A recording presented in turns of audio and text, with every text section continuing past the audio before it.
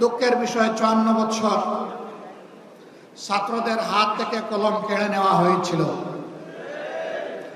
কোমলমতি ছাত্রদেরকে বিভ্রান্ত করে তাদের হাতে অস্ত্র তুলে দেওয়া হয়েছিল।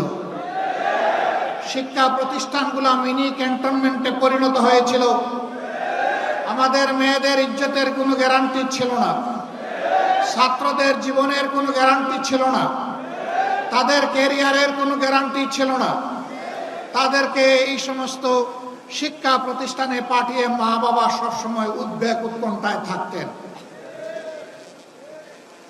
সেই কালো অধ্যায় আজকে বিদায় নিতে শুরু করেছে, কিন্তু কালো ছায়া এখনো জাতির উপর থেকে যায়নি।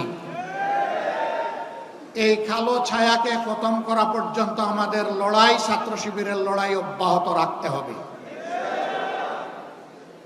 আর যাতে শিক্ষা প্রতিষ্ঠানে কলমের বদলে অস্ত্র হাতে না উঠে, মাদকের বোতল হাতে না উঠে, মেয়েদের নিয়ে কোনো ধরনের বাড়াবাড়ি করা না হয়, আমাদের মায়েরা মেয়েরা শান্তি এবং নিরাপত্তার সাথে তারা যাতে লেখাপড়া করতে পারে, প্রতিটি ছাত্র যাতে তার মেধা বিকাশের জন্য উৎসাহ নিয়ে ঝাঁপিয়ে পড়তে পারে, সেই পরিবেশ সৃষ্টি করার প্রধান দায়িত্ব আজকে ইসলামী ছাত্র শিবিরের উপর অর্পিত হয়েছে।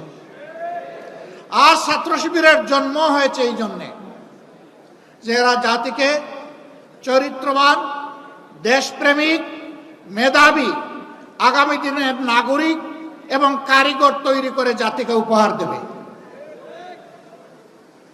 আগামী দিনের দায়িত্ব নেওয়ার জন্য এই ছাত্র সমাজকে আজকে প্রস্তুতি নিতে হবে।